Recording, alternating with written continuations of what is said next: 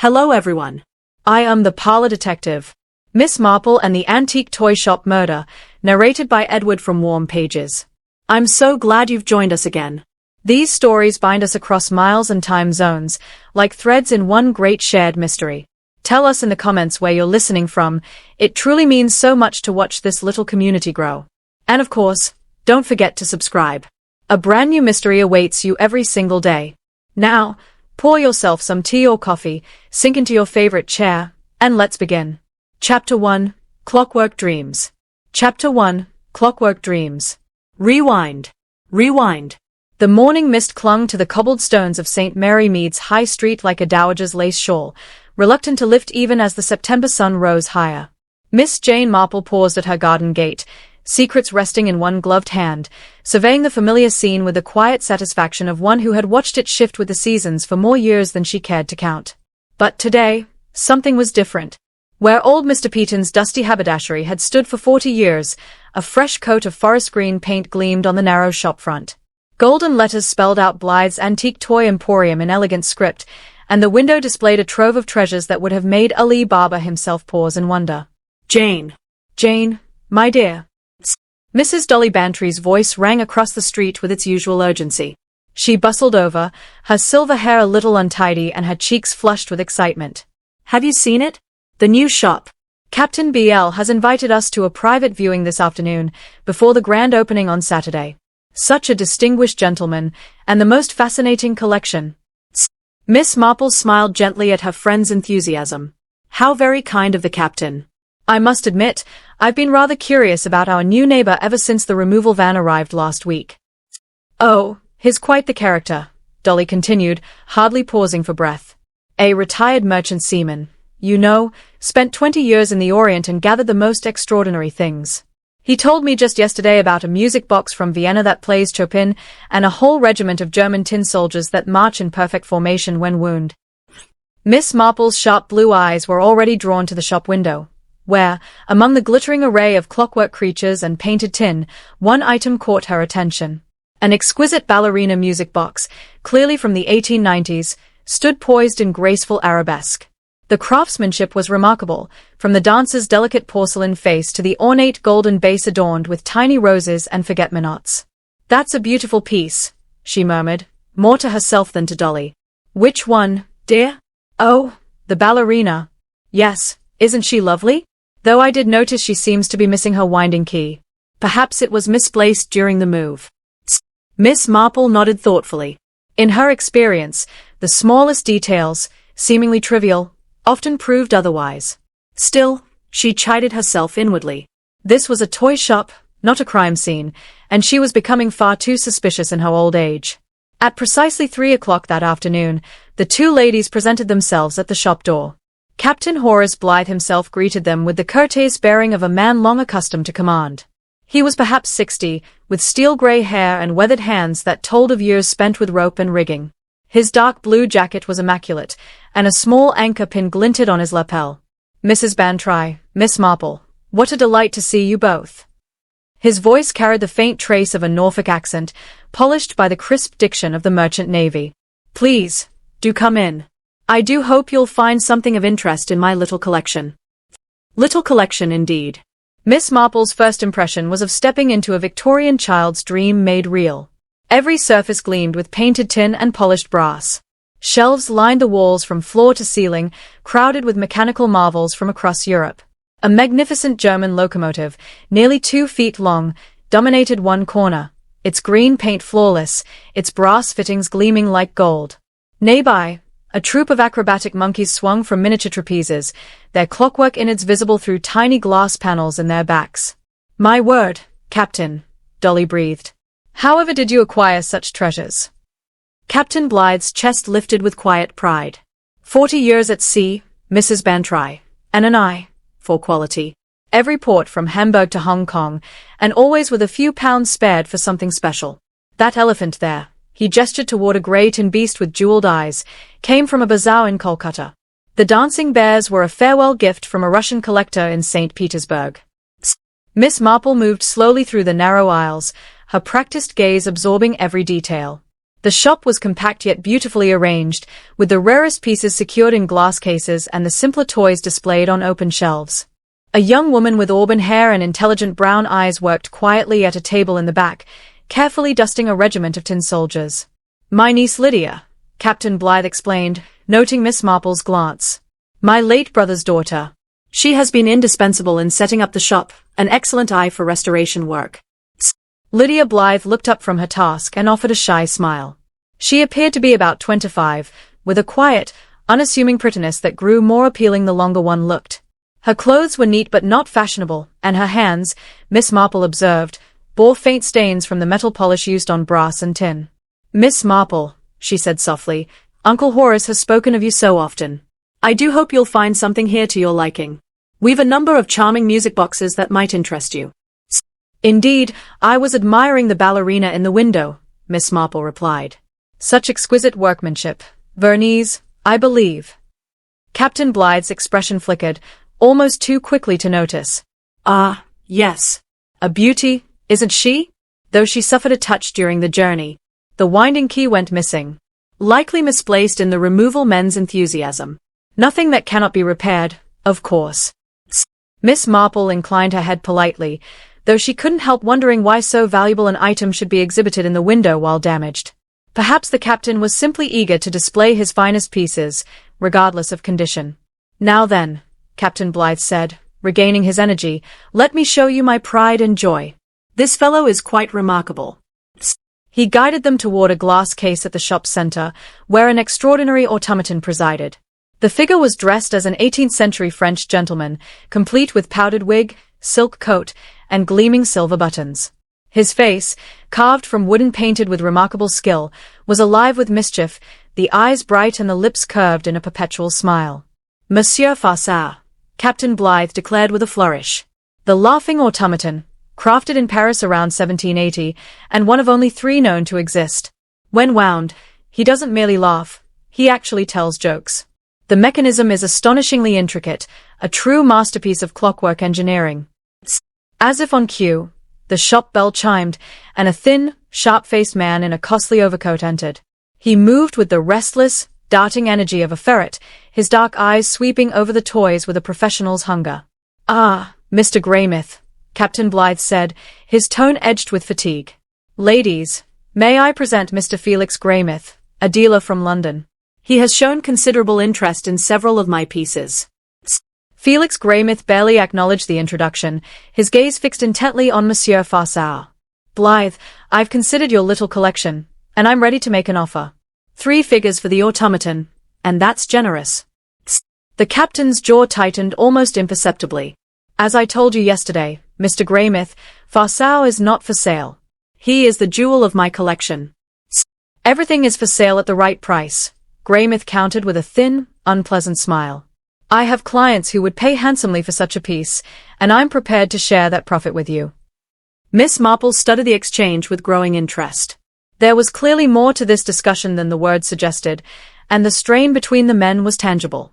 "Perhaps," she offered mildly, "Mr. Greymouth might prefer to return tomorrow for the official opening. I'm sure Captain Blythe would be delighted to discuss business then." Both men turned to her with surprise, as though they had forgotten she was present at all.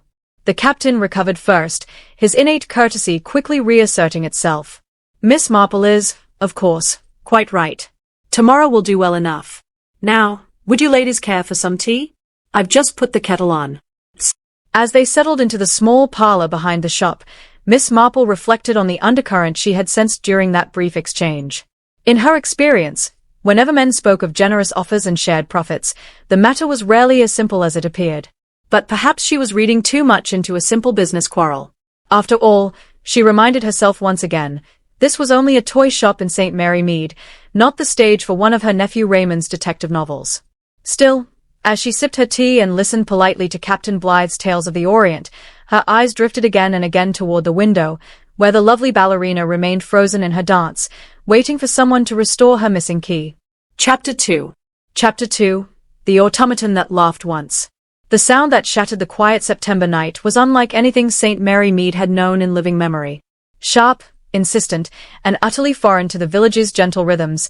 The new alarm bell at Blythe's antique toy emporium tore through the darkness like a scream. Miss Marple had been dozing in her chair by the sitting-room fire, a half-finished piece of knitting in her lap, when the clamour began. The noise jolted her awake with the force of a physical blow, and she was already on her feet, peering through the lace curtains before she had gathered her thoughts. Across the high street, the toy shop's windows blazed with electric light, and she could already make out figures hurrying along the cobblestones. Mr. Petherick from the post office, still in his nightshirt but with a mackintosh thrown hastily over it, was rattling the shop door.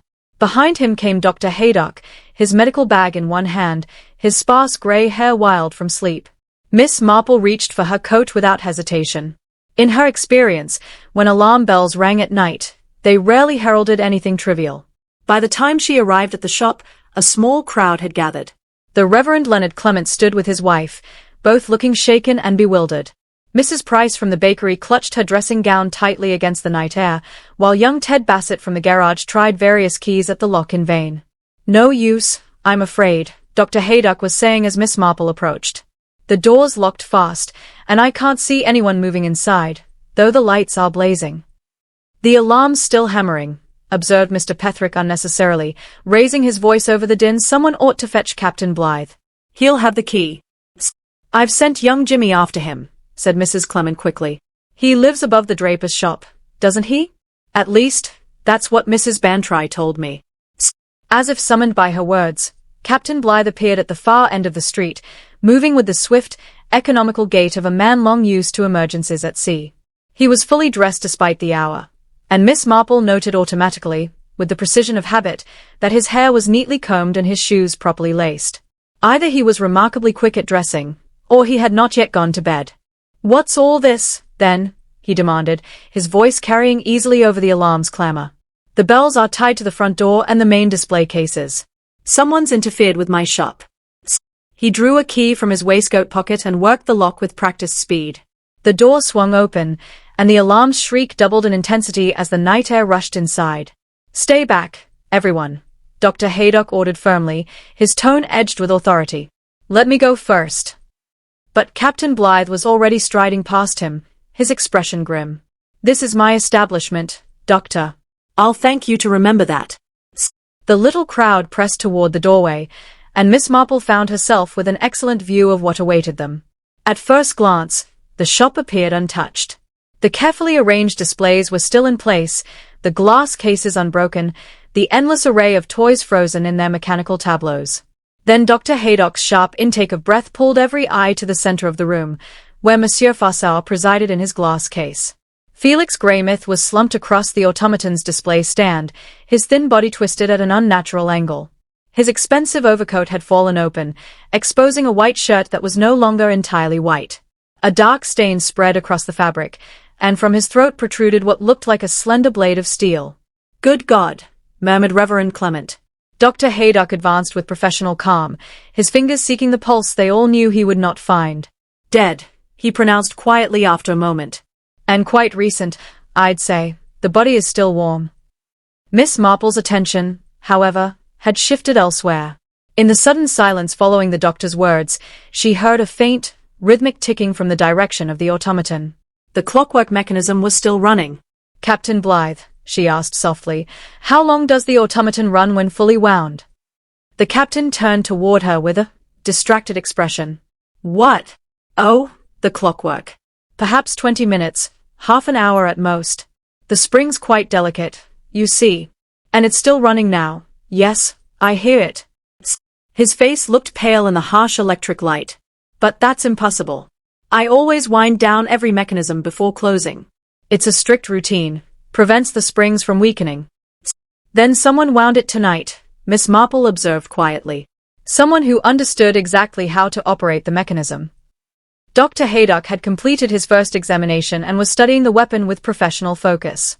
"Extraordinary," he murmured. "The blade appears to be part of the automaton itself. Some kind of spring-loaded device, I'd say." Miss Marple stepped closer, careful not to disturb the scene. The steel blade that had ended Felix Greymouth's life was indeed part of Monsieur Farsau's construction, a slender piece of metalwork normally keeping the figure's jaw in place. But something had gone wrong within the mechanism, sending the blade springing outward with lethal force. And surely, suggested Mr. Petherick hopefully, the poor fellow must have been examining the automaton and somehow triggered it. Possible, Dr. Haydock conceded, though his tone betrayed doubt.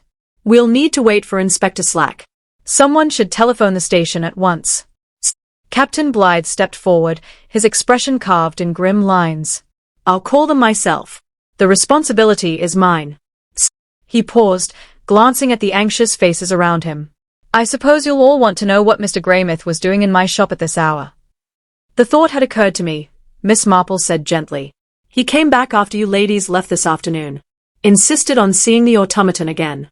Claimed he had a client keen on a private purchase, despite my refusal.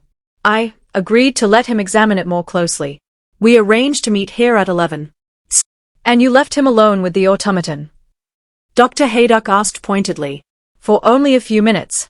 I stepped into the back room to fetch some documents, certificates of authenticity. You understand. When I returned, he gestured helplessly toward the scene. Miss Marple's eyes lingered on the glass case. The front panel stood ajar, and she noted that the automaton's winding key remained in place. Someone had indeed wound the mechanism, and quite recently. Captain, she said thoughtfully, you mentioned yesterday that the ballerina in the window was missing her winding key. You haven't found it since then, I suppose? The key. He looked puzzled by the shift in subject. No, I'm afraid not. Though I can't imagine what relevance it has to this dreadful business. Miss Marple gave no immediate reply. She was considering keys and clockwork, the precise timing of winding, and the faint fragrance clinging about Monsieur Farsauer. It was subtle, oddly familiar, yet she could not place it. Sandalwood, she murmured under her breath. I beg your pardon. Nothing, Captain. Just thinking aloud. Inspector Slack arrived 20 minutes later, his uniform hastily thrown on, his manner betraying the air of a man personally affronted by late-night emergencies. He surveyed the scene with the grim satisfaction of one who had always believed antique toy shops were inherently dubious establishments. Right, then, he announced, producing his notebook. Clear case of accidental death, I'd say. Man fiddles with dangerous mechanism. Mechanism springs back, kills him outright. Happens constantly with these old contraptions. Does it? Miss Marple asked mildly. How very interesting. I must confess, I wasn't aware clockwork toys were considered especially perilous. Inspector Slack shot her a look suggesting he found elderly ladies with opinions just as hazardous. Common sense, Miss Marple. Fellow wins the spring too tight, something gives way, and Bob's your uncle. Tragic, but there it is. Dr. Haydock cleared his throat diplomatically. Inspector, I should note that the blade seems to have been constructed as part of the automaton's jaw mechanism. It isn't immediately clear how it could have sprung outward with such force. Faulty workmanship, Slack replied curtly. These foreign toys, you never know what corners they cut. Captain Blythe, I'll need a full statement regarding your arrangements with the deceased, and I want a complete inventory of the shop in case anything's missing. As the inspector pressed on with his brisk examination, Miss Marple's gaze drifted once again to the window display. The ballerina remained in her eternal arabesque, beautiful and silent, her missing key still a small but persistent puzzle. And in her long experience, puzzles had a curious way of linking together in the most unexpected fashion. A lost key, a wound spring, a blade that should never have killed, and that lingering trace of sandalwood in a shop otherwise scented only of tin and painted wood. She thought, too, of Felix Greymouth's visit that very afternoon, his relentless interest in the automaton, and his smooth assertion that everything was for sale at the right price. Had he discovered something about Monsieur Farsauer that drove him to return so urgently? The clockwork finally wound down, and silence settled across the shop, broken only by the low murmur of official voices and the scratch of Inspector Slack's pencil. Still, Miss Marple continued to listen, as if the toys themselves might whisper their secrets to anyone patient enough to wait. In the morning, she resolved, she would call again at Blythe's Antique Toy Emporium. There were questions that needed answers, and she suspected the key to them all might be smaller and far more obvious than anyone imagined. Chapter 3. Miss Marple notes a missing wind key. The morning sun cast long shadows across the high street as Miss Marple made her way to the toy shop, her walking stick tapping a gentle rhythm against the cobblestones. The events of the night before seemed almost dreamlike in the crisp September light, yet the constable stationed outside Blythe's antique toy emporium was proof enough that the tragedy had been very real. "Morning, Miss Marple." The constable touched his helmet respectfully. "Inspector Slack's inside, if you're wanting to speak with him." "How thoughtful of you, Constable." "Yes, I believe I should like a word." She found Inspector Slack in the back room, surrounded by ledgers and papers, his expression set in lines of weary irritation. Captain Blythe sat nearby, his usual immaculate appearance now slightly rumpled, while his niece Lydia worked quietly at her restoration table, though Miss Marple noticed her hands trembled faintly as she polished a small tin locomotive. "Miss Marple," Slack said, glancing up with the resigned air of a man long accustomed to unwelcome interference. "I suppose you've come to offer your theories about last night's unfortunate accident." "Accident?" Miss Marple seated herself carefully in the chair Captain Blythe hastened to provide. "How very interesting. You've reached that conclusion already." "Simple case of carelessness," Slack replied firmly. Greymouth forced the mechanism. The spring snapped. The blade shot out. Tragic, but these things happen with old machinery. Miss Marple inclined her head thoughtfully. "I see. And you are quite certain the mechanism was capable of such violent action?" "Stands to reason, doesn't it? The blade went straight through the poor fellow's throat. Must have been under considerable tension to inflict that sort of damage." "Indeed." Miss Marple's tone was gently curious. "Captain Blythe, might I trouble you to show me how the automaton normally operates? I admit, I'm rather fascinated by clockwork devices." Captain Blythe looked uncertainly toward Inspector Slack, who waved a dismissive hand. "No harm in it. Might even help to see how the thing's meant to function." They crossed to where Monsieur Farsauer still stood in his glass case, the figure now carefully cleaned and the blade mechanism reset. Miss Marple studied the automaton with the absorbed attention she might have given to an intricate piece of embroidery. "The key fits here," Captain Blythe explained, indicating a small brass fitting in the figure's back. "Turn it clockwise, 15, 20 turns at most. No more. The mechanism is delicate. The blade itself is designed simply to move the jaw up and down as the figure laughs. Ordinarily, it would never extend beyond the mouth cavity. That is precisely what makes last night's accident so unusual." Miss Marple bent to examine the mechanism more closely. It was indeed a marvel of 18th century engineering, tiny gears and springs working in perfect harmony to animate the figure. Yet something about it troubled her, though she could not yet say what. "Captain," she said suddenly, "would you mind very much if I were to examine the ballerina in the window? I'm still rather curious about that missing key." "Of course, though I fail to see what bearing it could possibly have on the present matter." They moved to the window display, where the graceful ballerina remained frozen in her elegant pose.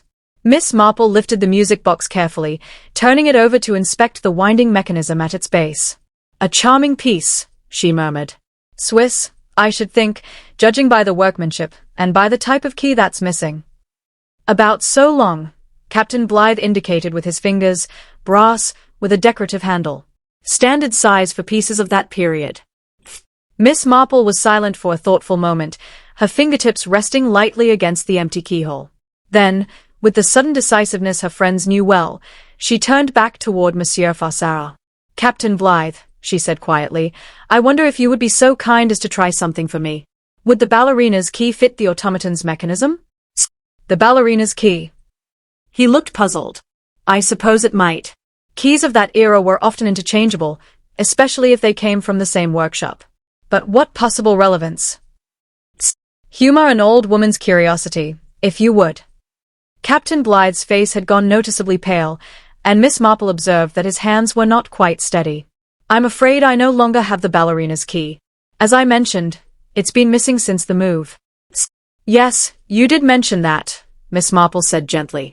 "Inspector Slack, I don't suppose your men found any keys when they searched the shop last night." "Keys?" Slack glanced up from his paperwork with annoyance. "Plenty of keys. Shop's full of them, dozens for various toys and music boxes. But perhaps not one that might serve both the ballerina and the automaton." There was a long silence. Captain Blythe had sunk heavily into a chair, his weathered face etched with exhaustion. Lydia had ceased even the pretense of work and was staring at the exchange with wide, anxious eyes.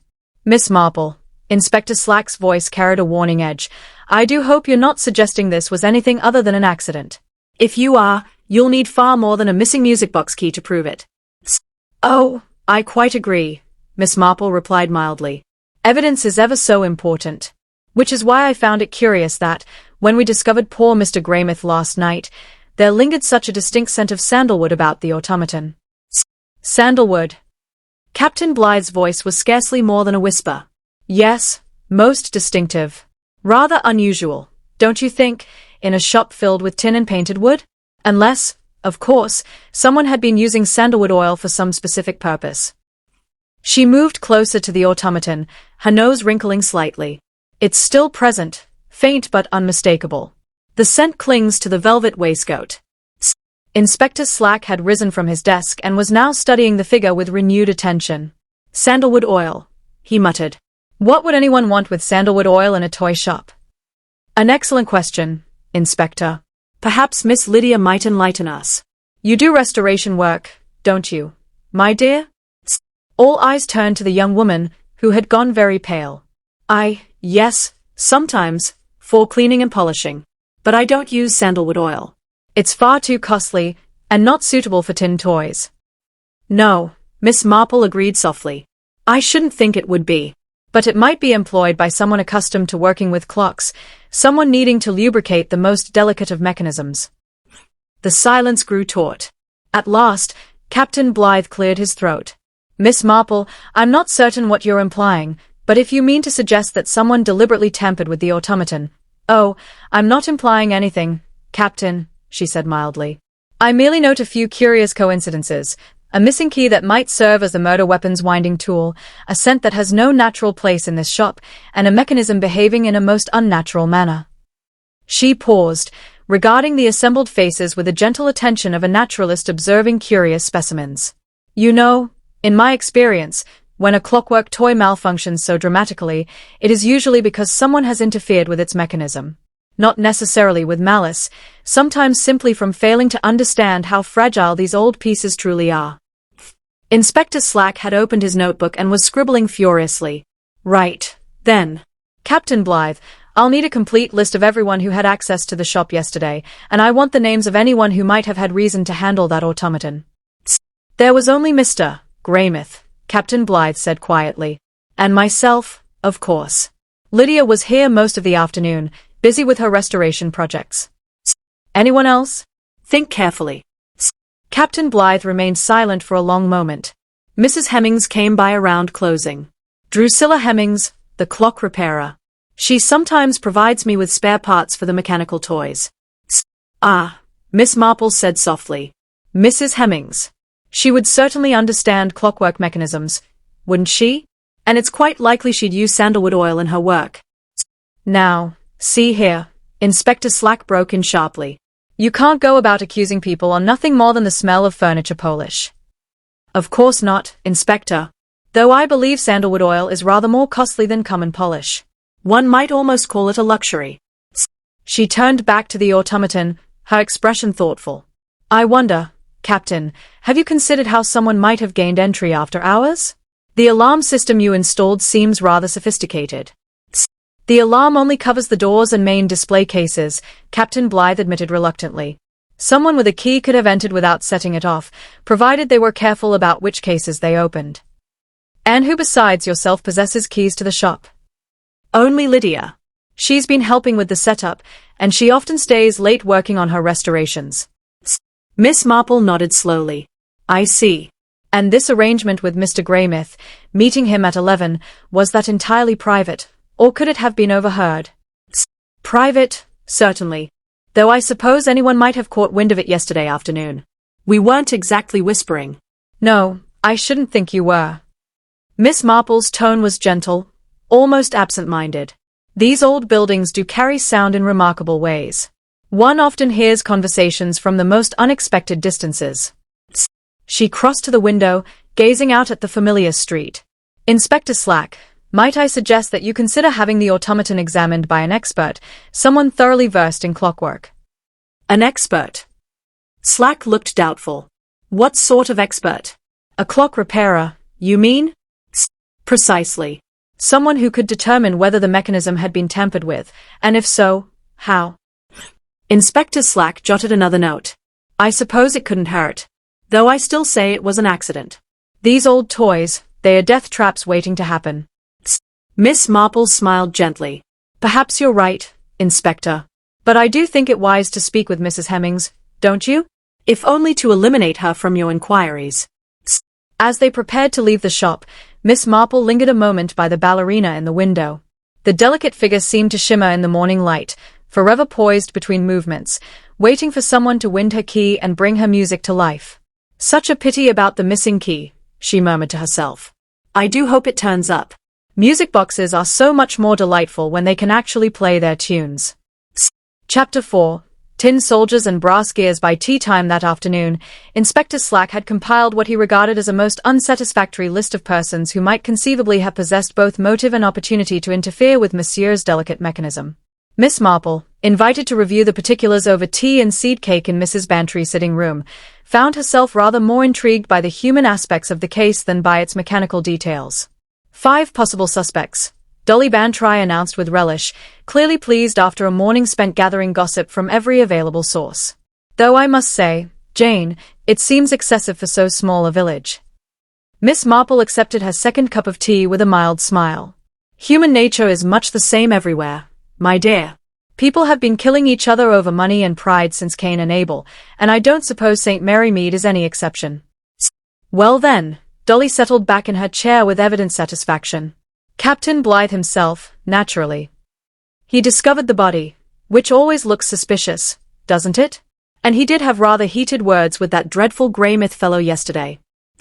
Motives in the captain's case do seem somewhat tangled, Miss Marple observed thoughtfully. A scandal of this kind could hardly be good for business, especially on the eve of the grand opening.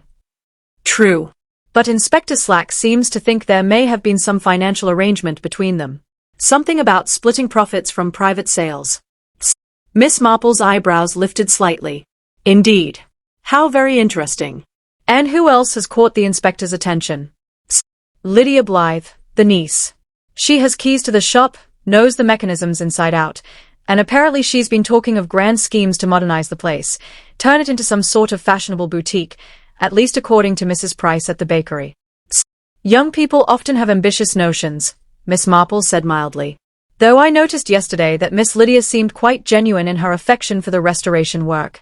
Not everyone who values old things wishes to discard them in favor of the new.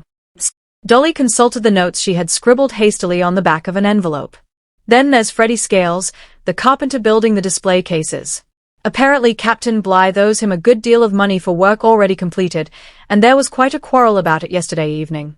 After the shop had closed, so Mrs. Clement claims, she was passing by at 6 and heard raised voices inside. Freddie was demanding payment, and the captain was insisting he'd have to wait until after the opening weekend. Miss Marple nodded slowly. Financial strain can make people desperate. And a carpenter would certainly know his way around delicate mechanisms. Next we have Drusilla Hemmings, the clock repairer you mentioned this morning. She supplies spare parts for the toys, and she was definitely in the shop around closing time yesterday. Yes, I recall Captain Blythe noting her visit. Did Inspector Slack manage to speak with her? He did, and she was most cooperative. Freely admitted to using sandalwood oil in her work, said it's the best thing for very fine mechanisms, but she swore she never touched the automaton. Only delivered some replacement springs for a German locomotive. Miss Marple sipped her tea with quiet thoughtfulness. And yet the scent was unmistakable around Monsieur Fur. Most curious. The last suspect is rather more mysterious, Dolly continued with relish. A man named Stephen March, who apparently had some business quarrel with Greymouth. Inspector Slack tracked him down at the Bentinck Arms, where he's been staying this past week. What sort of quarrel? Something about a collection of tin soldiers that Greymouth supposedly authenticated as genuine antiques. March says he paid a handsome sum for them, only to discover later they were clever reproductions.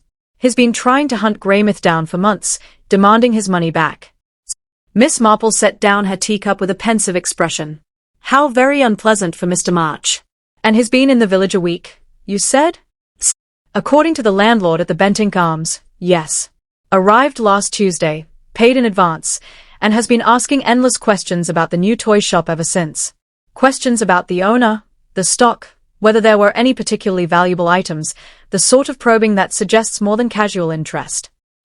Miss Marple was silent for several minutes, her fingers moving absently over the knitting in her lap. At last she looked up with a decisive air Dolly had come to recognize. "I think," she said gently, "that I should very much like to meet Mr. Stephen March. And perhaps it would be wise to have another look at that automaton as well." They found Stephen March in the public bar of the Bentinck Arms, nursing a pint of bitter and poring over a collection of papers spread across the scarred oak table. He was a man of perhaps 40, pale of complexion, with the slightly stooped shoulders of one who spent too many hours indoors. His clothes were of good quality, though showing signs of wear, and his hands, Miss Marple noticed, were stained with ink, as if he devoted long hours to writing.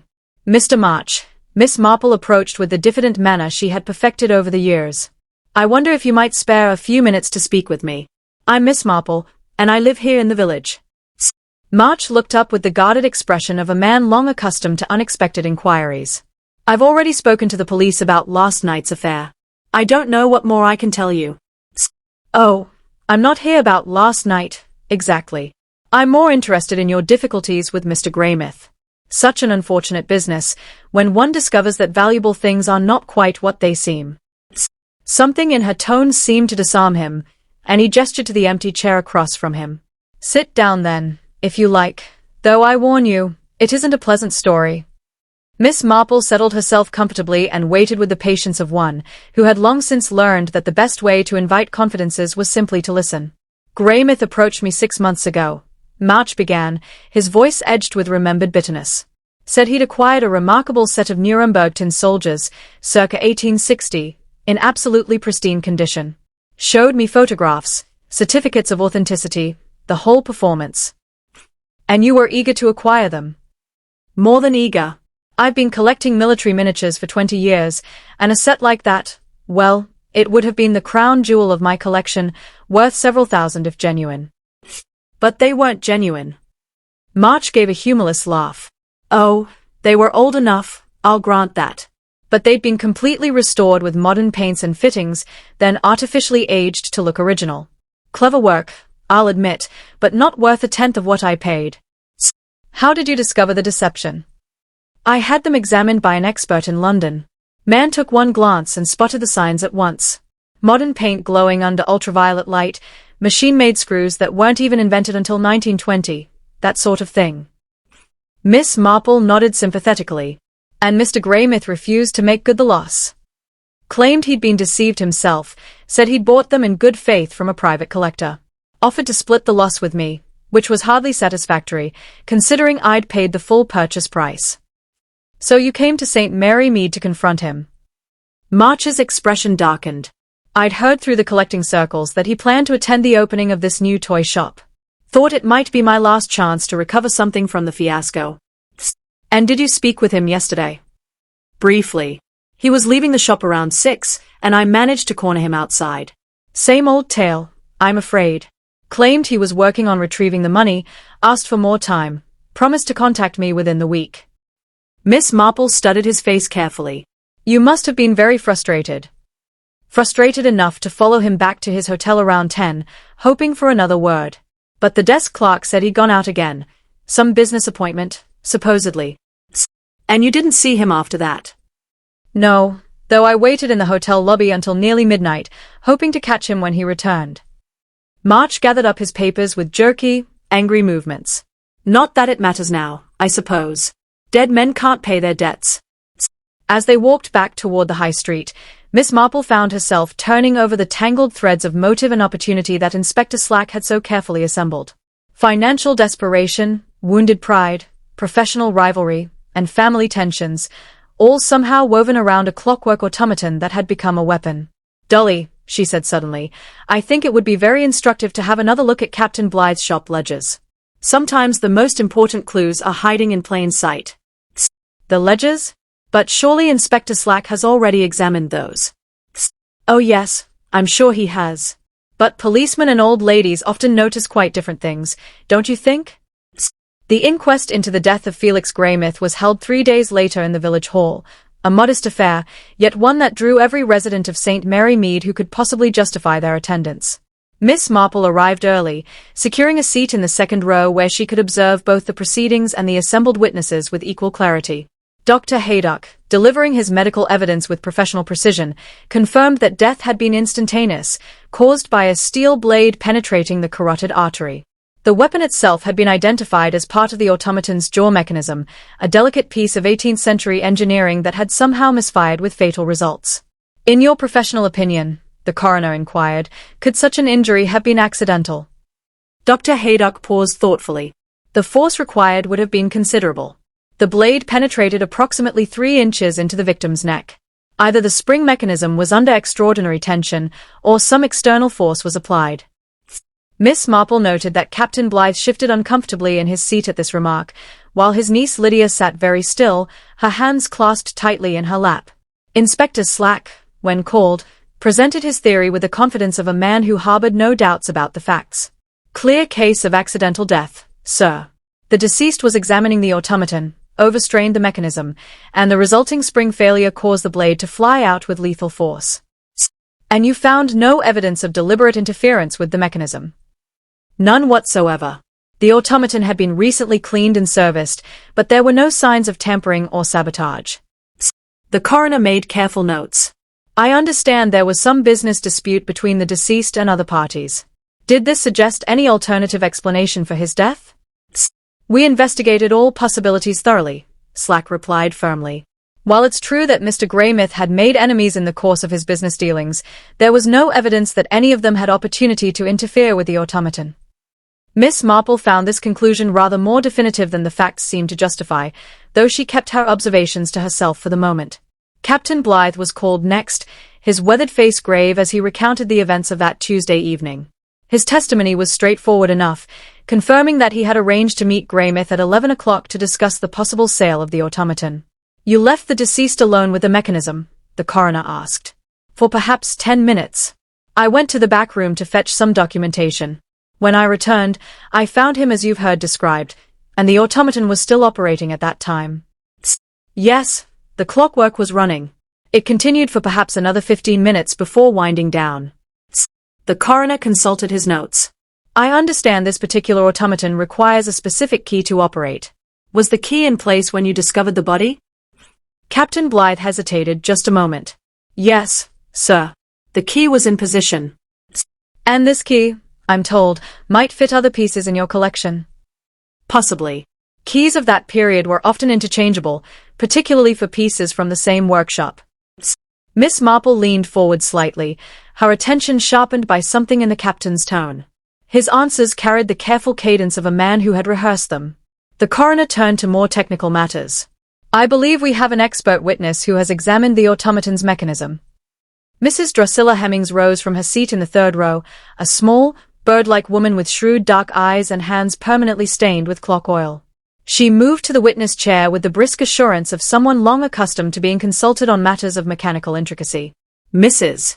Hemmings, the coroner began. I've been a qualified clock and automaton repairer for 37 years, sir. Trained by my late husband, who himself learned the craft from his father before him. And you examined the automaton in question? I did indeed. A remarkable piece, French manufacture, circa 1780. The mechanism is extraordinarily complex, with multiple springs controlling various movements. In your expert opinion, could this mechanism have malfunctioned in the manner described? Mrs. Hemmings was silent a long moment, her weathered fingers working at the clasp of her handbag. It's possible, she said at last, but highly unlikely. The blade mechanism was designed with multiple safeguards to prevent exactly this sort of accident. Miss Marple noticed that Inspector Slack's expression had grown rather less confident. Could the mechanism have been deliberately altered? The coroner pressed. Someone with sufficient knowledge could certainly have modified the spring tension or disabled the safety devices. It would require considerable expertise, but yes, it could be done. And would such modifications be detectable? Difficult to say. If the person knew their craft, they might leave very little trace. The coroner added further notes before dismissing Mrs. Hemmings. As she returned to her seat, Miss Marple caught her eye and gave a small nod, a gesture the clock repairer answered with the faintest of smiles. The final witness was Lydia Blythe, who gave her evidence in a voice so soft that the coroner had to ask her twice to speak more clearly. Her account corroborated her uncle's, confirming that she had left the shop at approximately 6 o'clock and had not returned until the following morning. "Miss Blythe," the coroner said gently, "I understand you work with the restoration of mechanical toys. Did you have any occasion to examine the automaton before Mr. Greymouth's death?" "Only briefly. Uncle Horace asked me to dust it when we first set up the display case, but I didn't wind it or test the mechanism." "And you noticed nothing unusual about its condition?" Lydia shook her head. It seemed in perfect working order. As the formal proceedings concluded, the coroner delivered his verdict with the measured tones of a man who had learned caution in matters that appeared too neat and too simple. "Greymouth's death was the result of a mechanical failure. I am not entirely satisfied that all possibilities have been explored. I therefore return an open verdict, pending any further evidence that might come to light." Inspector Slack's face betrayed his displeasure at this decision, while Miss Marple found herself more intrigued than disappointed. As the crowd dispersed, she approached Captain Blythe, who was speaking in low tones with his niece near the hall's entrance. "Captain," she said gently, "I wonder if you might indulge an old woman's curiosity once more. I should very much like to hear the ballerina music box play. You mentioned yesterday that you thought you might have located a suitable replacement key." Captain Blythe's face went pale. "A replacement key? I'm afraid I don't recall mentioning any such thing." "Perhaps I misunderstood," Miss Marple replied mildly. "Though I could have sworn you said something about having the piece properly restored for the reopening." "Uncle," Lydia said quietly, "we do have that spare key Mrs. Hemmings brought yesterday, the one from the German clock she was repairing." Captain Blythe shot his niece a look that Miss Marple found most revealing. "Yes, of course, though I'm not certain it would fit properly." "Perhaps we might try it," Miss Marple suggested. "I should so enjoy hearing the tune." They returned to the shop, where the ballerina still stood in her eternal pose. Captain Blythe produced a small brass key with evident reluctance, fitting it into the mechanism at the base of the music box. "Chopin's Minute Waltz," he explained as he began to wind the spring. "A beautiful piece, though the cylinder is quite old and may not play perfectly." The first notes emerged, sweet and clear, the ballerina beginning her graceful rotation. But as the melody progressed, Miss Marple's trained ear detected something amiss. The tune faltered on the final bar, the notes growing distorted and mechanical before collapsing into a rhythmic clicking, like a metronome counting time. "How curious," she murmured, bending to examine the base of the music box more closely. In the bright afternoon light, she saw a hairline crack across the brass cylinder, and around it, a faint smear of what looked like resin cement. "It seems the mechanism has been repaired recently," she observed. "How very thoughtful of someone to mend it so carefully." Captain Blythe was staring at the music box with an expression of mounting horror, while Lydia had turned very pale. "Uncle," the young woman whispered, "what have you done?" Miss Marple straightened slowly, her gentle blue eyes taking in every detail of the scene. "I think," she said quietly, "that it's time we had a proper conversation about what really happened on Tuesday night." Chapter 6. Footprints in the sawdust. The silence that followed Miss Marple's quiet suggestions stretched uncomfortably through the shop, broken only by the faint ticking of various clockwork mechanisms and the distant sounds of village life carrying on outside. Captain Blythe stood frozen beside the still-clicking music box, his weathered face a study in conflicting emotions, while Lydia pressed her hands to her mouth as though to stop any words from escaping. "I think," Miss Marple continued in her most soothing tone, "that we might all benefit from a cup of tea while we discuss this matter. These things are always easier to sort out in a civilized atmosphere." Before either of the Blythes could respond, the shop door opened with its familiar chime, and Inspector Slack entered with the purposeful stride of a man who had spent the morning reconsidering his conclusions. "Captain Blythe," he announced without preamble, "I've decided to conduct a more thorough examination of the premises. The coroner's verdict has made it necessary to explore all possibilities." His sharp eyes swept the scene, the still-running box, the pale faces of the shop's occupants, and Miss Marple's expression of polite interest. "Ah, Miss Marple. I might have known you'd be here. I don't suppose you've been interfering with my crime scene?" "Merely satisfying an old woman's curiosity about music boxes, Inspector. Though I must say, this particular piece has revealed some rather interesting characteristics." Inspector Slack approached the ballerina with professional caution. The mechanism had just wound down, leaving the dancer frozen mid-turn, but the hairline crack in the cylinder was plainly visible in the afternoon light. "Recent repair work," he observed grimly, "and not mentioned in any of the statements I've taken." Captain Blythe, would you care to explain why you failed to inform me that this piece had been damaged? Captain Blythe cleared his throat with evident difficulty. It seemed irrelevant to the matter at hand. The damage occurred during the move, and my niece made temporary repairs. I saw no reason to complicate the investigation with minor details about damaged stock. Minor details. Inspector Slack repeated with dangerous quiet. Captain, in a murder investigation, there are no minor details. Everything is relevant until proven otherwise. Murder investigation. Lydia's voice was barely a whisper. But surely the coroner said it was an accident. The coroner said no such thing, miss. He returned an open verdict, which means the investigation continues until we have satisfactory answers to all our questions. Miss Marple had stepped away from the music box and was studying the shop floor with the same meticulous care she might have given to an especially intricate piece of needlework. The wooden boards lay beneath a fine layer of sawdust, presumably from Freddie Scales's carpentry, but in the afternoon light faint patterns revealed the traces of recent movement. Inspector, she said thoughtfully, I believe you mentioned yesterday that you intended to examine the floor for evidence of disturbance. I did indeed. Sergeant Lake was meant to sweep for footprints last night, but his preliminary examination didn't reveal anything of note. Perhaps a more careful look might prove useful. Inspector Slack joined her in examining the floor, his trained eye swiftly recognizing the same details Miss Marple had already discerned. Near the counter, 2 clear sets of prints were visible in the fresh yellow dust, the heavy tread of hobnailed boots that could only belong to Freddie Scales, and the lighter impressions of a woman's heeled shoes. The carpenter's prints are easily explained, Slack muttered, following the path of the heavy boots. He was here on Monday, installing display cases. But these others, the smaller tracks told a more troubling story.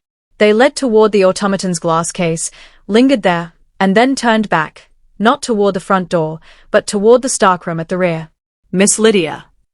Inspector Slack's voice carried a new edge of authority. I believe these lighter prints are yours. Would you care to explain what you were doing near the automaton after the shop had supposedly closed for the night? Lydia Blythe had gone very pale, but her voice was steady.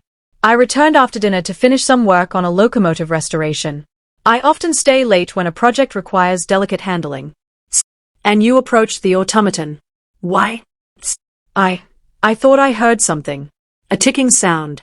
I wanted to be certain all the mechanisms had been properly wound down. Miss Marple regarded the young woman with gentle sympathy. But you didn't use the front door, did you, my dear? These prints suggest you entered from the back. I have a key to the rear entrance. Uncle Horace gave it to me when I began helping with restorations.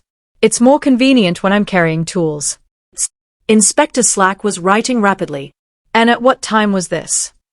Around 9, I think, perhaps a little later.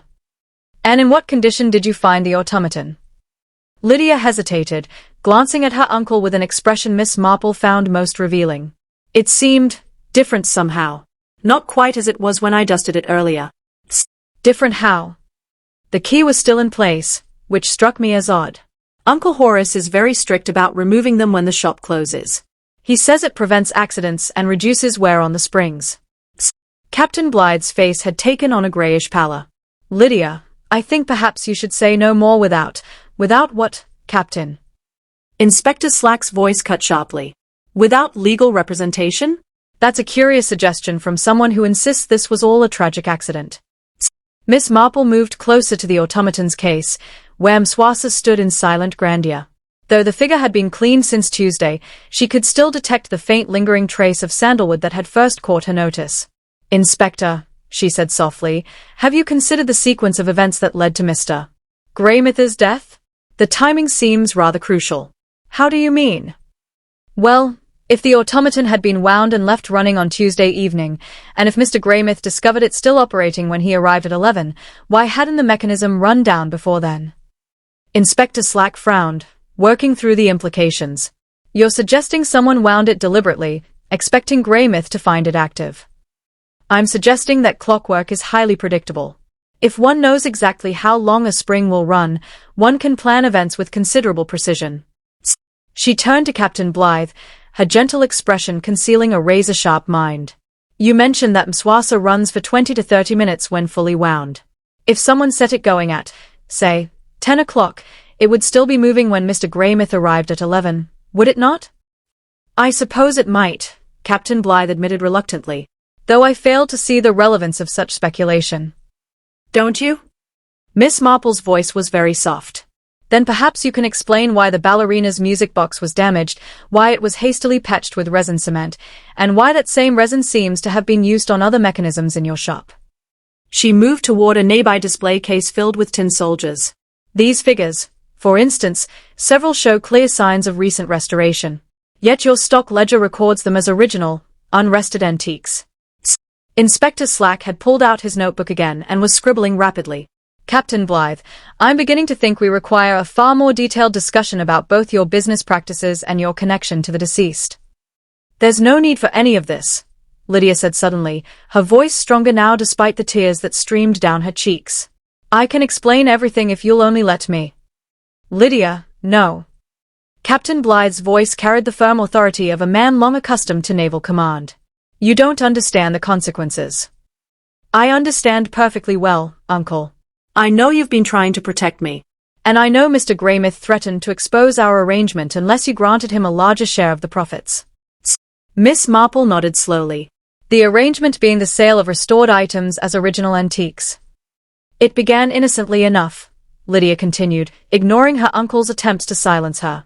We discovered that buyers paid far higher prices for pieces that seemed untouched. So we began more elaborate restorations, using original parts whenever possible, and creating convincing reproductions when necessary. Yes, Uncle Horace has contacts throughout the collecting world, and Mr. Greymouth helped authenticate pieces for clients who never looked too closely. Inspector Slack looked up from his notes with grim satisfaction. So when Greymouth threatened to expose this deception unless he received a larger cut, someone chose to silence him for good. But not Lydia, Miss Marple said firmly. The footprints show she discovered something was amiss and retreated toward the back room. She never went near the front door. She turned to Captain Blythe with an expression of infinite sadness. It was you, wasn't it, Captain? You wound the automaton, knowing Mr. Greymouth's curiosity would draw him to its mechanism. You used the ballerina's key, which is why that piece required a hurried repair after the key was damaged in the process. Captain Blythe stood motionless for a long moment, his shoulders drooping as though burdened by years. When he finally spoke, his voice carried the dignity of a man long practiced in accepting responsibility. Inspector Slack, he said quietly, I believe you will find that I have a statement to make. Chapter 7, Midnight Parcels at the Wayside Station. Before Captain Blythe could elaborate on that promised statement, the shop door chimed again, admitting Sergeant Lake with the brisk air of a man bearing important news. His usually placid face was alight with excitement, barely restrained by professional composure. Inspector, he announced without preamble, I think you had better hear what I've uncovered about those midnight activities at the old parcels office. Inspector Slack looked up from his notebook with irritation. Sergeant, we are in the midst of a statement that may resolve this entire matter. Unless your discovery relates directly to Tuesday night's events. I believe it does, sir. Most directly. Miss Marple regarded the sergeant with interest. In her experience, Sergeant Lake never delivered dramatic pronouncements without very solid grounds. Very well, Inspector Slack conceded with poor grace. But be brief. Sergeant Lake consulted his own notebook with the careful precision of one who never trusted memory in matters of importance. Acting on Miss Marple's suggestion yesterday, I've kept watch on the abandoned parcels office at the old railway station. It seemed a likely spot for moving goods without attracting notice. And last night, around midnight, I observed two individuals meeting there. Miss Lydia Blythe and Mr. Stephen March, the gentleman lodging at the Bentinck Arms. The color drained from Lydia's face, while Captain Blythe's expression shifted from resignation to alarm. Miss Marple observed their reactions with the detached fascination of a naturalist examining particularly rare specimens. Miss Blythe was carrying a brown leather trunk, Sergeant Lake continued, which she handed to Mr. March. The exchange lasted perhaps 10 minutes, during which they appeared to converse earnestly. Did you apprehend them? Inspector Slack demanded. I thought it wiser to observe and follow, sir. Mr. March carried the trunk back to his room at the Bentinck Arms, while Miss Blythe returned home. This morning, armed with a proper warrant, I searched Mr. March's quarters. He produced a key from his pocket with an air of quiet triumph. Among other items, I discovered this in the trunk, a brass key that I believe will prove highly significant to our investigation. Miss Marple leaned forward slightly, her keen eyes noting every detail of its construction. It was indeed brass, with the ornate handle characteristic of late 19th century clockwork mechanisms, and it remained in excellent condition despite its age. "The ballerina's missing key," she murmured with quiet satisfaction. "So it would seem," Sergeant Lake agreed. Alongside it were various clockwork gears, spare parts, and what appeared to be duplicate heads for tin soldiers, all materials that could be used to restore damaged antiques, so they appeared entirely original. Inspector Slack turned to Lydia with renewed intensity. "Miss Blythe, I think you have some explaining to do. What was your business with Mr. March, and why conduct it in secret at such an unusual hour?" Lydia glanced toward her uncle, who nodded slowly with the weary resignation of one who had accepted the inevitable. "Stephen approached me 3 days ago," she said softly. "He knew of our restoration trade through his dealings with Mr. Greymouth. He offered to help us expose the fraud in exchange for evidence that would support his legal claim against Greymouth's estate." "What sort of evidence?" "Records of which pieces had been heavily restored. Proof that Greymouth knew they were being sold as originals. Letters detailing profit-sharing arrangements. All the documentation that revealed the scale of the deception." Miss Marple regarded the young woman with gentle sympathy. "But that wasn't your only concern, was it, my dear? You were also trying to shield your uncle from the consequences of this business." "I thought if I removed the most obviously incriminating pieces before the grand opening, we might rebuild the business on a more honest foundation. The trunk contained items that would have exposed us instantly to anyone with expertise, including the ballerina's key." Lydia nodded miserably. "I found it Tuesday evening when I returned to work on the locomotive restoration. It was lying on the floor near the automaton's case, and I knew at once what it meant." Inspector Slack looked between the group with growing impatience. "Would someone kindly explain the importance of this key? We seem to be circling the matter rather than confronting it directly." Miss Marple rose from her chair and moved toward the window display, where the ballerina held her eternal pose. "Inspector, its significance lies in the fact that keys from this period were often interchangeable within pieces made by the same workshop. The ballerina's key would fit Monsieur Fulsa precisely. And if someone used that key to win the automaton on Tuesday night, knowing Mr. Greymouth's curiosity would compel him to examine a running mechanism, they could have anticipated the fatal outcome with chilling accuracy." She turned back to the group, her expression grave. "The real question is, who had access to the key? Who knew of the automaton's deadly potential? And who possessed motive strong enough to risk murder?" Captain Blythe stepped forward, his weathered features set in grim determination. "Inspector Slack, I believe I made it clear that I have a statement to deliver regarding Tuesday night's events. Perhaps we might proceed with that before chasing these other matters." "In due course, Captain. First, I want to understand exactly what Miss Blythe and Mr. March were planning, and whether their actions bear directly on Greymouth's death." Sergeant Lake cleared his throat with diplomatic care. "If I may, sir, Mr. March is presently waiting at the station. He came willingly when I explained we required clarification. He seems most eager to cooperate." "Does he indeed?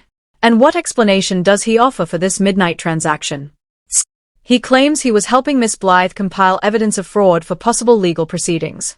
He insists he never intended to profit from the arrangement, only to recover what he lost in his dealings with Greymouth." Miss Marple reflected on the tangled motives and opportunities that had emerged over recent days. "Inspector, might I suggest Mr. March's role, while certainly relevant to the fraud, may not connect directly to the murder itself." "How so?" "Well, if Miss Lydia found the key Tuesday evening, yet did not hand it to Mr. March until Wednesday night, then it remained available to someone else during the critical period when Mr. Greymouth was killed." Inspector Slack made another note. "Someone who knew where to find it and how to use it, exactly. Someone with intimate knowledge of clockwork mechanisms, who had access to the shop, and who knew about Mr. Greymouth's appointment at 11 o'clock. She paused, her eyes resting on Captain Blythe's increasingly ashen features. "Someone who might have used sandalwood oil to lubricate the automaton's mechanism, ensuring it would run smoothly when wound." "Sandalwood oil?" Sergeant Lake looked puzzled. "But Mrs. Hemmings said she uses that in her clock repair work." "Indeed, she does.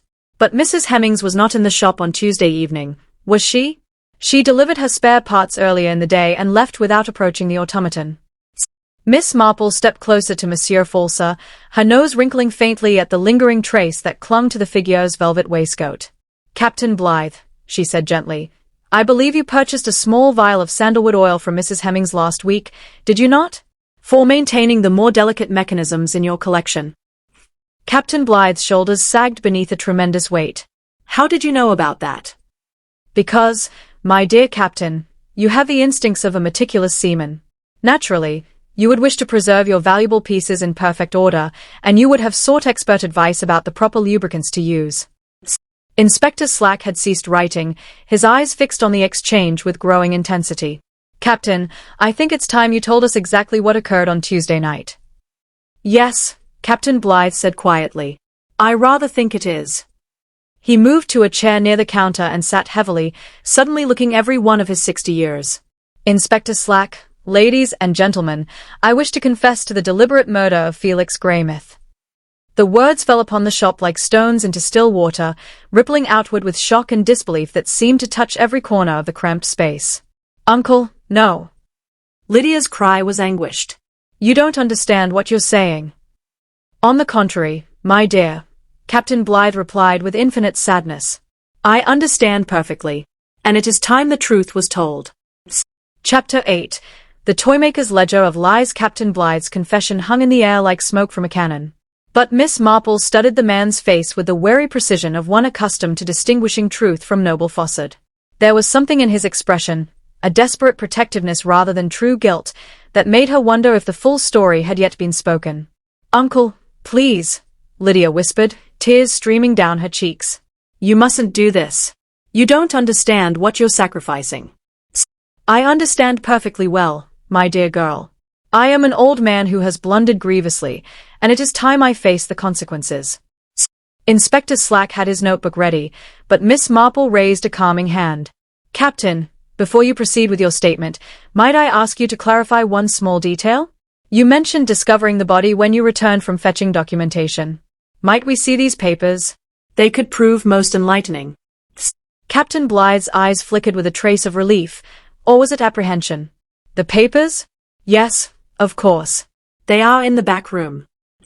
He led them through the narrow doorway behind the counter into Lydia's restoration workspace, which occupied nearly all the available floor.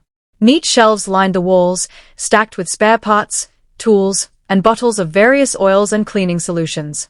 On a small desk near the window lay a collection of ledgers and files. These are the authentication documents from Monsieur Ferrer, Captain Blythe explained, pointing to a folder tied with red ribbon. Greymouth wished to examine them before finalizing his offer. Miss Marple accepted the folder with polite interest, though her attention was caught by something else entirely. On the desk, half hidden beneath other papers, lay an open ledger written in the captain's distinctive hand. The entries were recorded meticulously, in the precise script of a man long accustomed to keeping ship's logs. Your stock register, Captain. Yes, though I doubt it has much bearing on the matter at hand.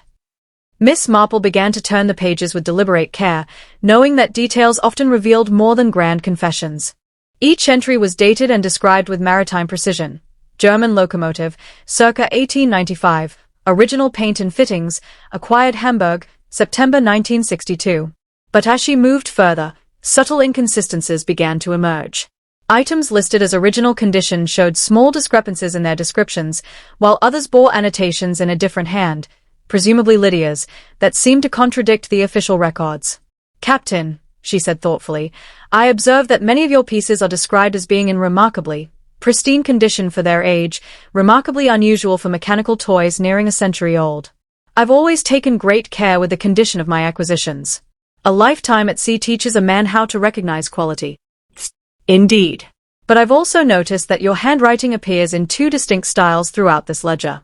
The earlier entries have the crisp precision of a ship's log, while the later ones take on a decidedly more commercial tone. Inspector Slack looked up from his own review of the documents. What exactly are you driving at, Miss Marple? I'm suggesting this ledger may reveal more about the extent of the restoration business than Captain Blythe's confession alone implies.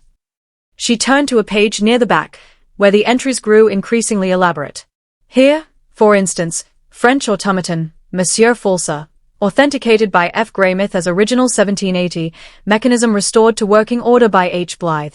Sandalwood oil treatment applied to ensure smooth operation. Captain Blythe had gone very pale. Those are merely maintenance notes. Are they? Because this entry is dated last Monday, the very day before Mr. Greymouth's death, and it specifically mentions a sandalwood oil treatment. You yourself admitted purchasing that from Mrs. Hemmings. Lydia stepped forward, her face suddenly resolute. Miss Marple, you don't understand. Uncle Horace is trying to shield me because he believes I'm responsible for what happened to Mr. Greymouth. And are you? Not in the way he fears.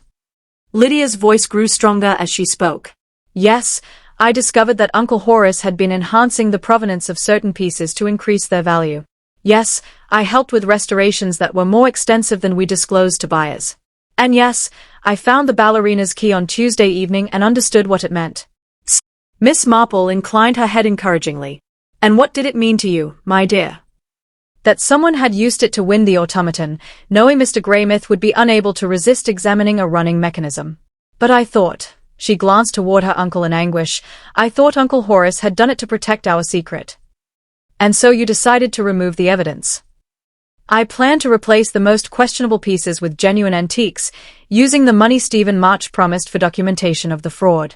I thought if I eliminated the worst examples before anyone else uncovered them, we might rebuild the business honestly. Inspector Slack had been following the exchange with mounting confusion.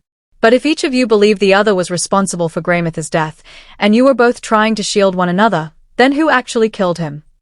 Miss Marple closed the ledger with a sharp, decisive snap. I think, Inspector, we must view this case from an entirely different angle. We've assumed the murderer knew of the fraud and killed to conceal it. But what if the motive was entirely different? How so? What if someone killed Mr. Greymouth not to hide the fraud, but to expose it? She crossed to the window, gazing out onto the tranquil village street. Consider the evidence from this perspective. Someone with an intimate knowledge of clockwork mechanisms deliberately sabotaged the automaton, knowing Greymouth's death would inevitably prompt a thorough investigation of this shop and its dealings. But who would want the fraud exposed? Greymouth himself was profiting from it. Precisely, Inspector. Which suggests our murderer was not part of the conspiracy, but rather someone who had uncovered it and wanted the truth brought to light. Miss Marple turned back to the group, her expression grave. Someone deceived by the scheme, seeking not merely revenge, but justice. Stephen March, Inspector Slack burst out suddenly. He had every reason to want Greymouth exposed. Mr. March certainly had motive, Miss Marple agreed. But I do not believe he had opportunity. Remember, he was waiting in the hotel lobby until nearly midnight, hoping to confront Greymouth when he returned. Then who? Miss Marple lifted the authentication folder Captain Blythe had provided, examining its contents with renewed interest. Among the papers was a certificate of authenticity signed by Felix Greymouth, countersigned by another expert whose name she instantly recognized. Mrs. Hemmings, she said softly. Drusilla Hemmings, clock and automaton specialist. The silence that followed was broken only by the distant chime of the church clock striking 4. Mrs. Hemmings signed this certificate of authentication, Miss Marple continued, which means she examined Monsieur Falsa closely enough to verify its genuineness. But in doing so, she would also have observed any modifications to the mechanism. You're suggesting she uncovered the fraud. I'm suggesting she uncovered something far more significant. She realized the automaton had been deliberately altered to make it potentially lethal, and she understood someone intended to use it as a weapon. Miss Marple laid the papers aside and faced the group with the calm expression of one who has finally assembled every fragment of a complicated puzzle. The question is, did she attempt to prevent the murder, or did she choose instead to see justice served by allowing it to take place? Chapter 9. 7 chimes, but the doll's eyes closed. The doll's eyes closed. The tower clock of St. Mary Mead had just finished striking 7 when Miss Marple made her request, her voice carrying the quiet authority her companions had learned to respect, even when they did not yet understand her reasoning. Captain Blythe, she said gently, would you be so kind as to wind the ballerina's music box once more? I should very much like to observe its behavior under precisely controlled conditions. Inspector Slack looked as though he might object to what sounded like an unnecessary delay, but something in Miss Marple's manner suggested this was anything but a frivolous request. I'm not certain I see the point, Captain Blythe admitted, though he was already reaching for the brass key Sergeant Lake had recovered from Stephen March's trunk. Indulge an old woman's curiosity, if you will. I have a theory about the timing of events on Tuesday evening, and this little experiment may prove most enlightening. As Captain Blythe fitted the key into the mechanism, Miss Marple positioned herself where she could watch both the music box and the expressions of everyone in the room. Lydia stood near the window, her face anxious yet resigned, while Inspector Slack and Sergeant Lake observed with the professional patience of men who knew Miss Marple's speculations often led to unexpected truths. The first notes of Chopin's miniature waltz sounded, sweet, delicate, and clear. The ballerina began her graceful rotation in the shaft of late afternoon sunlight streaming through the shop window. Yet Miss Marple was listening not only to the melody, but to the faint variations in tempo and tone that betrayed hidden damage within the mechanism. The tune continued normally for perhaps 30 seconds, the ballerina revolving with mechanical precision, her painted features serene and unchanging. Then, as Miss Marple had expected, the melody faltered. The notes grew uneven, stuttering slightly as the cylinder encountered the hairline crack marring its surface. "There," she said softly, as the music collapsed into the rhythmic clicking that had so unsettled her during the inquest. "Do you hear it, Inspector? That metallic ticking, like a metronome counting time?"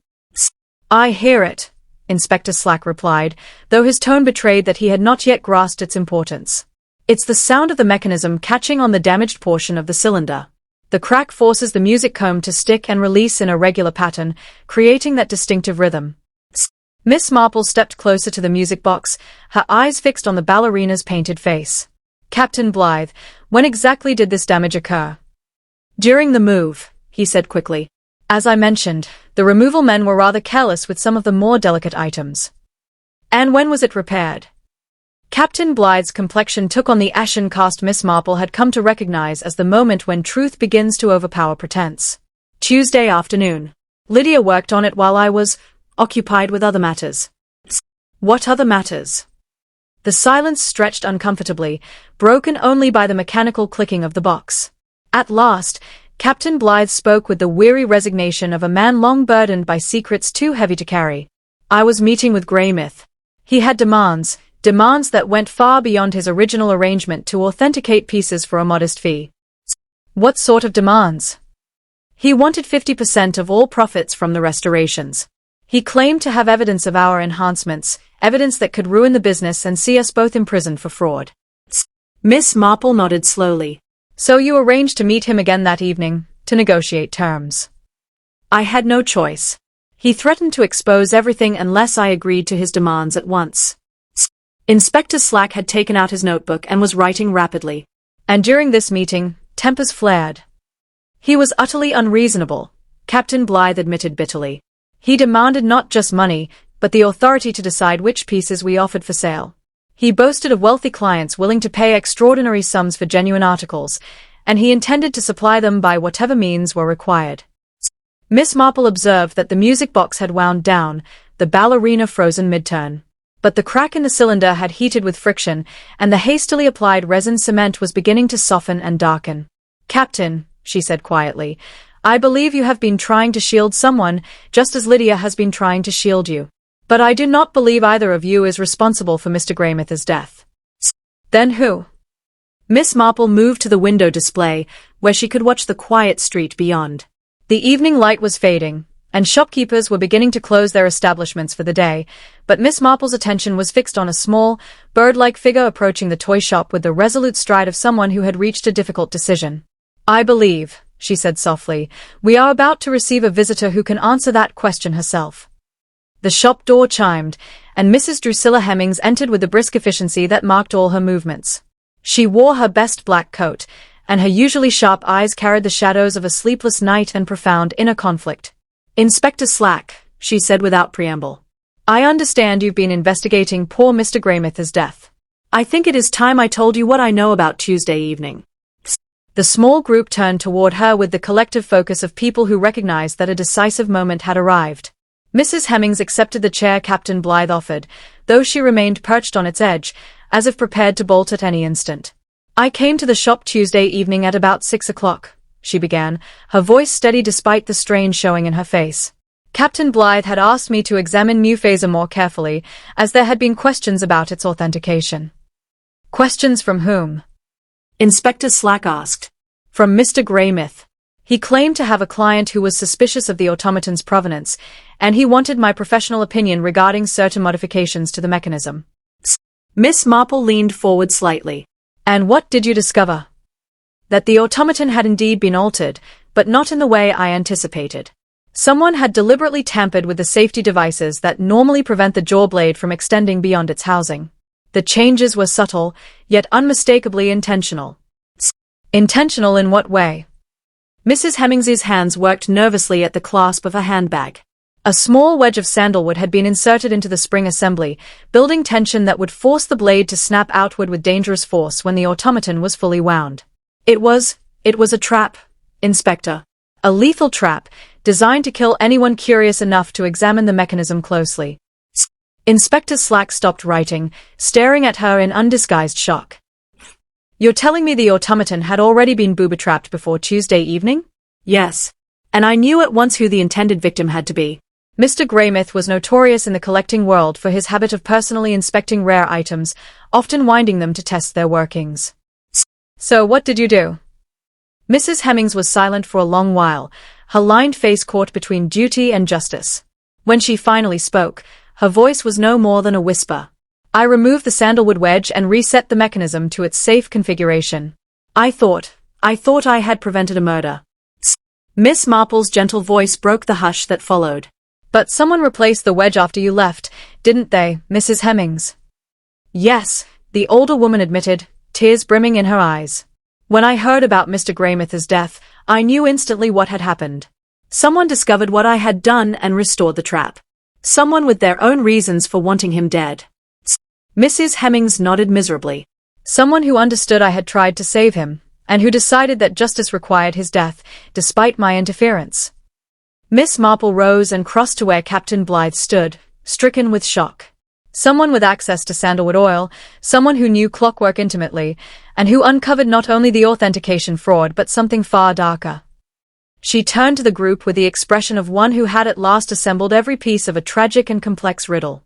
Someone who realized that Mr. Greymouth was not merely the victim of the trap, but its very creator. Chapter 10. Spinning top justice. The revelation that Felix Greymouth had set his own deadly snare hung in the air like incense, dense, unsettling, and charged with implications that overturned every assumption they had formed about Tuesday night's calamity. Miss Marple let the silence linger, carefully ordering her thoughts with the precision of one who knows the final account must reconcile even the smallest detail. Inspector Slack, she said at last, I think we should assemble everyone in the shop's front window, where the villagers can bear witness to our proceedings. In my experience, the truth is most powerful when revealed before the very community that has been marked by these events. Within minutes, a small crowd had gathered outside Blythe's antique toy emporium, drawn by the swift and invisible communication network that operated in all small villages. Mrs. Bantry pressed close to the glass, her face alight with curiosity, while Dr. Haddock and the Reverend Clement flanked her, their expressions grave. Even Freddie Scales had abandoned his carpentry to join the gathering, his work-stained hands clasped uneasily behind his back. Inside the shop, Miss Marple positioned herself near the window display where the ballerina stood frozen in her eternal pose, the recovered key catching the last gleam of daylight. The assembled suspects and witnesses formed a semicircle about her, their faces a mixture of anxiety, guilt, and fragile hope. The story begins, Miss Marple declared in her clear, carrying voice, not with Tuesday evening's tragedy, but with an older crime, the systematic deception of collectors who trusted Mr. Greymouth's expertise and Captain Blythe's reputation. She gestured toward the open stock ledger resting on the counter. This ledger records the tale of an increasingly elaborate fraud. Items catalogued as genuine antiques were, in fact, clever reproductions, assembled from salvaged Victorian parts and disguised with modern craftsmanship. The workmanship was so skillful that only expert scrutiny would reveal the deceit. Captain Blythe's weathered face showed the fatigue of a man who had carried far too many secrets. It started harmlessly enough, a small improvement here, a careful restoration there. But Greymouth kept demanding ever more ambitious schemes, and the profits became substantial. And profits built on fraud, Miss Marple added gently, have a way of corrupting even the best of intentions. Mr. Greymouth, I believe, had plans that reached far beyond mere forgery. She moved toward Mufay's glass case, where the automaton stood in eerie stillness. Mrs. Hemings discovered that this figure had been deliberately transformed into a weapon. A wedge of sandalwood inserted into the spring would force the jaw blade to snap outward with deadly force when the mechanism was wound. But who would do such a thing? Inspector Slack asked, though his tone betrayed dawning comprehension. Someone who knew that Captain Blythe had arranged a private meeting with a man who was becoming a dangerous liability. Someone who understood that Mr. Greymouth's habit of personally examining rare clockwork pieces left him vulnerable to such a trap. Miss Marple paused, letting her gaze sweep across the assembled faces. The question is, who possessed both the knowledge and the chance to make such a lethal alteration? Mrs. Hemings shifted uncomfortably in her chair. I told you I found the wedge already in place when I examined the automaton on Tuesday evening. I removed it because I could not bear the thought of anyone dying, even a man as unscrupulous as Greymouth. Yes, you did remove it, Miss Marple agreed, but someone replaced it before Mr. Greymouth's arrival at 11 o'clock. Someone who knew what you had done, and who decided that justice demanded a different end. She turned to Captain Blythe with infinite sadness. Captain, when did you first realize that Mr. Greymouth had set the trap himself? The color drained from Blythe's face as though she had struck him physically. How did you? Your bold handwriting fills much of the stock ledger. But there are also entries in a different hand. Not Lydia's neat script, but notes made by someone else, someone who had examined your records very carefully. She moved to the ledger and turned to a page near the back. Here, beside the entry for Muphaser, someone has written, Modified mechanism. Check spring housing before demonstration.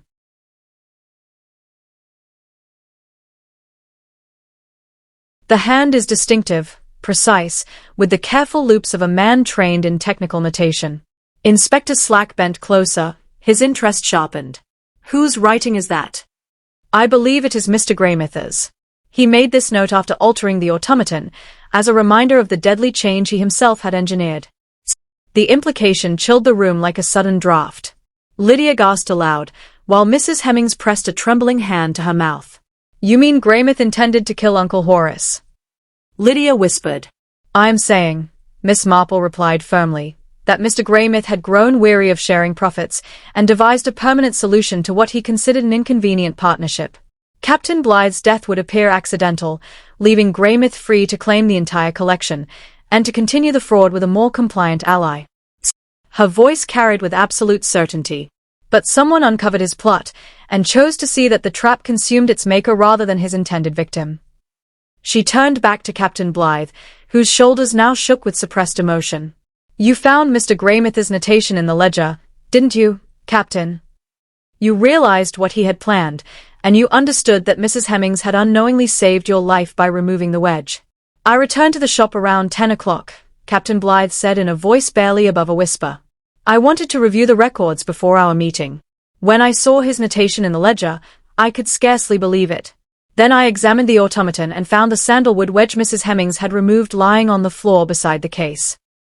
And you put it back? Yes, he admitted. I replaced it exactly where Greymouth had set it. I used my sailor's knowledge of knots and springs to be certain the mechanism would work exactly as he intended. Inspector Slack had his notebook ready, though his expression showed more sorrow than satisfaction. You knowingly restored a lethal trap, certain that Greymouth would spring it on himself.